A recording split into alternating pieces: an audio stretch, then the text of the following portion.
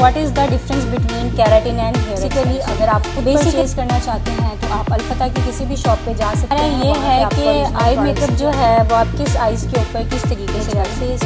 अगर आप इसमें बेस जो है वो बहुत ज़्यादा ड्राई है तो फिर आप क्रीमी मॉइस्चराइजर यूज़ करेंगे जो आपकी स्किन को ड्राई। अस्सलाम वालेकुम, उम्मीद है कि सब बिल्कुल ठीक होंगे। Welcome to Aqsa Jawad vlog. सबको बहुत बेसब्री से इंतज़ार था कि क्या क्वेश्चंस आए, जो उसके जवाब थे वो मैंने आपके साथ शेयर करने थे, क्योंकि जो आज हमारा बेसिकली व्लॉग है वो बहुत स्पेशल है, जो कि Q&A पे है। मैंने सबको बोला था कि आप किसी भी तरह का जो है मुझे कमेंट करके पूछ सकते हैं। कोई भी आपका क्वेश्चन है, वो बेशक पर्सनल हो या सैलून से रिलेटेड हो या किसी एक्सपीरियंस से रिलेटेड हो या आप कोई और इन्फॉर्मेशन मुझसे लेना चाहते हैं जो मैं आपके साथ शेयर करूँगी। तो अब देखते हैं कि हमें किस तरह के जो है वो सवाल मिले हैं, जिनका आज जो है जवाब मैंने आपके साथ शेयर करना है, जो कि बिल्कुल ऑनेस्ट होगा और डिटेल में मैं आपके साथ डिस्कस करूँगी। अच्छा, सबसे पहला क्वेश्चन जो मेरे पास है वो ये है कि what is the difference between keratin and hair extenso. Basically keratin और हेयर एक्सटेंसो में डिफरेंस ये है कि ये हमें हेयर की कंडीशन के अकॉर्डिंग देख के डिसाइड करना पड़ता है कि इस हेयर के ऊपर बेसिकली केराटिन अच्छा रहेगा या फिर हेयर एक्सटेंसो। केराटिन हम किन हेयर्स के ऊपर कर सकते हैं? केराटिन हम उन हेयर्स के ऊपर कर सकते हैं जो कि हेयर्स बहुत ज़्यादा ट्रीटेड होते हैं और वो हाई केमिकल को बियर नहीं कर सकते और उनको रिपेयरिंग की ज़रूरत होती है। उन हेयर्स को जो है हम केराटिन के साथ ट्रीट करते हैं। और वो हेयर्स जो बहुत ज़्यादा ट्रीटेड नहीं होते लेकिन माइनर ट्रीटेड होते हैं या वर्जन होते हैं, उन दोनों के ऊपर हम लोग हेयर एक्सटेंसो कर सकते हैं।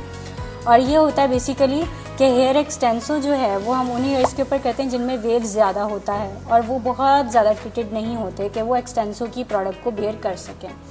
बेसिकली हमारे पास होती हैं तीन चीज़ें, रिबॉन्डिंग, एक्सटेंसो और केराटिन। ठीक है, रिबॉन्डिंग हम उन हेयर्स के ऊपर करते हैं जिनके बालों के अंदर बहुत ज़्यादा वॉल्यूम होता है, वर्जन हेयर होता है और उनका जो वेव है वो बहुत ज़्यादा स्ट्रॉन्ग होता है। उनके ऊपर जो है वो रिबॉन्डिंग जो है वो बेस्ट रहती है, क्योंकि वो आपके बालों का वॉल्यूम ख़त्म करते हुए आपको स्ट्रेटनिंग लुक देते हैं। जिनका हेयर्स का वॉल्यूम बहुत ज़्यादा होता है तो उनके लिए जो है वो रिबॉन्डिंग बेस्ट है। और कुछ क्लाइंट्स इस तरह के हैं जिनका हेयर का वॉल्यूम कम है लेकिन बालों में फिर भी वेव है और वो चाहते हैं कि हमारा हेयर 80 to 90% स्ट्रेट हो जाए और वॉल्यूम भी ख़त्म ना हो, तो उनके लिए हेयर एक्सटेंसो बेस्ट है। और इसकी कुछ केयर्स भी होती हैं, वो भी आपको जो है वो उसके अकॉर्डिंग देखना पड़ता है। 3 डे की केयर होती है हेयर एक्सटेंसो की, रिबॉन्डिंग की। और केराटिन भी बेसिकली हमारे पास 2 टाइप के हैं, जो कि सेम डे वॉश भी है और कुछ 3 डे की केयर के बाद का वॉश है।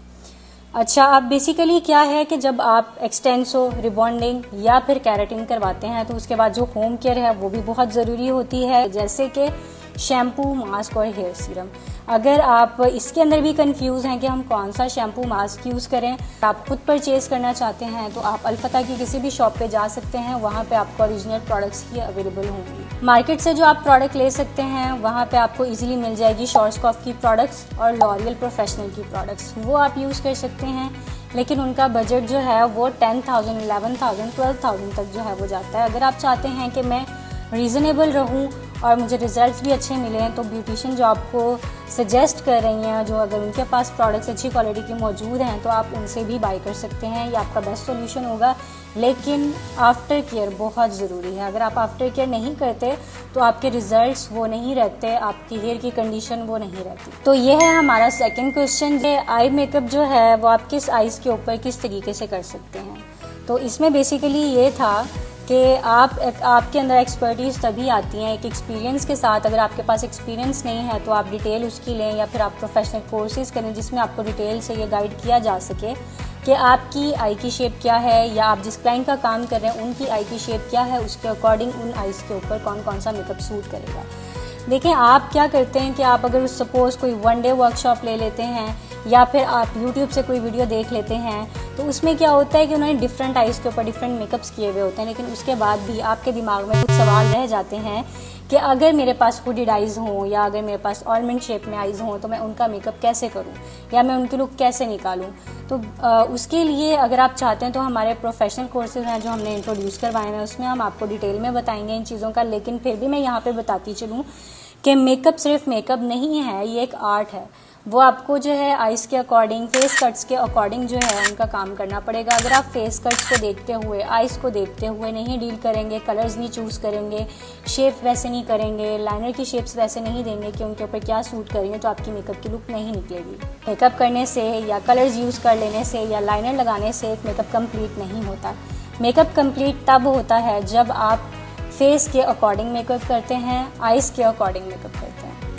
यह है मेरा थर्ड क्वेश्चन। वो ये है कि हम घर पे अपनी स्किन की केयर कैसे कर सकते हैं अगर सैलून आना पॉसिबल नहीं है। तो अगर आप फ़ौरन सैलून नहीं आ सकते और एमरजेंसी अगर आपको स्किन को घर के ऊपर ट्रीट करना पड़ा है, तो सिंपल है कि आप कोई भी अच्छा सा मॉइस्चराइज़र अपने पास रखें और एक अच्छा सा क्लेंज़र अपने पास रखें। जब आपने अपनी स्किन को ट्रीट करना है, सबसे पहले आप स्किन की अच्छे से क्लेंजिंग करें। क्लेंजिंग के बाद आप कोई भी अच्छा सा मॉइस्चराइज़र यूज़ कर सकती हैं और मॉइस्चराइज़र यूज़ करने के बाद आपने सनब्लॉक लाजमी अप्लाई करना है। अब आगे ड्राई वेदर है तो उसके अकॉर्डिंग जो मॉइस्चराइज़र है वो है स्किन की नीड है, बेशक स्किन आपकी ड्राई है या फिर ऑयली है, लेकिन यह है कि आपने मॉइस्चराइज़र जो है वो देख के लेना है कि आपने जेल बेस्ड लेना है या आपने बहुत क्रीमी फॉर्म में लेना है अपनी स्किन के अकॉर्डिंग।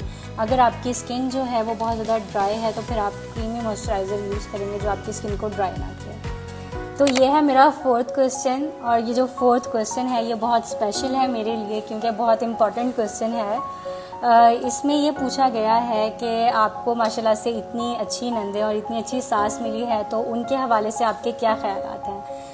तो इस चीज़ में मैं अल्लाह ताला का बहुत ज़्यादा शुक्र अदा करना चाहूँगी कि जो मेरी नंदे हैं और जो मेरी सास हैं वो बहुत सपोर्टिव हैं और बहुत लविंग हैं। उन्होंने मतलब हमेशा अंडरस्टैंड किया है मुझे, या मेरी कभी मजबूरी रहती है क्योंकि ऑब्वियसली आपको पता है कि मैं जो है एक मदर भी हूँ और साथ में एक सैलून भी रन कर रही हूँ। सो दे ऑलवेज़ हेल्प मी। और कभी कभार ऐसा भी होता है कि मतलब मैं नहीं भी कहती तो वो चीज़ों को अंडरस्टैंड कर लेते हैं। मैं यहाँ तक जो है वो मौजूद हूँ, उसमें उन सबकी बहुत सपोर्ट है। अगर उनका सपोर्ट ना होता तो मेरे लिए ये बहुत मुश्किल होता कि बच्चों के साथ जो है वो इन चीज़ों को लेके चलना बहुत डिफ़िकल्ट होता। मैं हमेशा यही कहूँगी उनके लिए कि thank you so much for being loving and caring.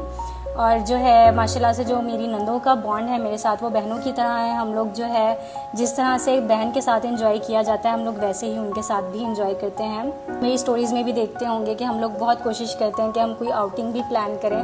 वैसे तो टाइम की वजह से जो है हमें बहुत मुश्किल होता है कि टाइम नहीं मैनेज होता, क्योंकि कुछ जो हैं वो आउट ऑफ स्टेशन होती हैं, कुछ यहाँ पे होती हैं, हम साथ इकट्ठे नहीं हो पाते। जब अगर कभी इकट्ठे हों तो बहुत मुश्किल से हम लोग टाइम निकाल के जो है वो प्लान करते हैं। रिसेंटली अभी लास्ट टाइम हमने एक बार प्लान किया था, हम लोग जो है मिलके बाहर गए थे, जिनमें साथ जो है मेरी जेठानी वो भी बहुत अच्छी हैं, वो भी साथ में आई थी, तो हम लोग गए थे और बहुत मज़ा आया था। हम कोशिश करते हैं कि हम छोटे छोटे जो मौके मिलते हैं उनको एंजॉय करें। So yes, they are very loving. तो मेरा फिफ्थ क्वेश्चन है कि जो है एक मॉम के लिए या एक मदर के लिए जो सेल्फ़ केयर है वो कितनी ज़रूरी है और क्यों ज़रूरी है, तो और क्या ये एक लग्जरी है। तो सेल्फ़ केयर एक मदर के लिए बहुत ज़रूरी है और ये एक लग्जरी नहीं है, ये एक ज़रूरत है। क्योंकि देखें एक जो मदर है उसको मैं कहती हूँ मंथ में 1 डे जो है अपने लिए लाजमी निकालना चाहिए, जिसमें जो है वो अपनी सेल्फ़ केयर को टाइम दे सके, ख़ुद को टाइम दे सके, ताकि वो कॉन्फिडेंट पॉजिटिव फील करे और फ्रेश फील करे। अगर वो कॉन्फिडेंट और फ्रेश फील करेगी तो ही घर के माहौल को भी जो है वो पॉजिटिव बना सकती है। तो मेरा नेक्स्ट क्वेश्चन ये है कि आप मदरहुड और अपने करियर को कैसे बैलेंस करती हैं। फार्मूला सिंपल है इसका, लाइक आप एक तो टाइम मैनेजमेंट अच्छे से करें और सेकेंडली आपकी फैमिली सपोर्ट होना बहुत ज़रूरी है। अगर फैमिली की तरफ से भी आपको सपोर्ट है और आप टाइम मैनेजमेंट अच्छी कर रहे हो तो आप चीज़ों को अच्छे से अचीव कर सकते हो। नेक्स्ट क्वेश्चन ये है कि जो मदर्स हैं क्या वो अपने लिए मेकअप के लिए टाइम निकाल सकती हैं बिज़ी रूटीन के अंदर से। तो येस, इट इज़ डिफ़िकल्ट, मतलब कि जब आप कोई भी चीज़ें स्टार्ट करते हैं या आपकी एक रूटीन में चीज़ शामिल नहीं है, जब आप उसे ऐड करते हैं तो वो एक डिफ़िकल्ट लगता है। तो लेकिन ये है कि आप इसका स्टार्ट लें और कंसिस्टेंट रहें, फिर आप यूज़ टू हो जाएंगी टाइम को मैनेज करने में। आप सिर्फ 5 मिनट्स या 15 मिनट्स डेली अपने लिए निकाल सकती हैं। लाइक मैंने देखा है जो मदर्स हैं वो रात में कोशिश करती हैं कि मतलब जब बच्चे सो जाते हैं तो अपना मी टाइम जो है वो एक क्रिएट उन्होंने किया होता है। तो इसी तरह से मतलब अगर आप बच्चों के उठने से पहले भी एक थोड़ा सा मी टाइम क्रिएट कर लें जिसके अंदर आप अपनी थोड़े से जो है वो मेकअप कर लें 15 मिनट्स में या 10 मिनट्स में, स्टार्ट में आपको मे बी थोड़ा सा टाइम लगे, लेकिन आपको इतना हैवी मेकअप करने की ज़रूरत नहीं है। आप एक माइनर सी बीबी क्रीम यूज़ कर सकते हैं मॉइस्चराइज़र या प्राइमर लगा के, और उसके बाद जो है एक ब्लश और लिपस्टिक, इससे भी आपके फेस के ऊपर जो है एक फ्रेशनेस और बहुत अच्छा ग्लो आ जाता है। तो इसमें आपको हार्डली 5 to 15 मिनट्स लगेंगे। तो ये आप एक रूटीन बनाएं। स्टार्ट में थोड़ा सा डिफिकल्ट होगा 1 वीक, उसके बाद आपकी जो है वो एक रूटीन बन जाएगी। नेक्स्ट क्वेश्चन ये है कि आपकी जो बेटी है वो कौन से स्कूल में जाती है। तो बेसिकली जो मेरी बड़ी बेटी है वो ऑलरेडी NGS में पढ़ रही है, और yes this is a good school.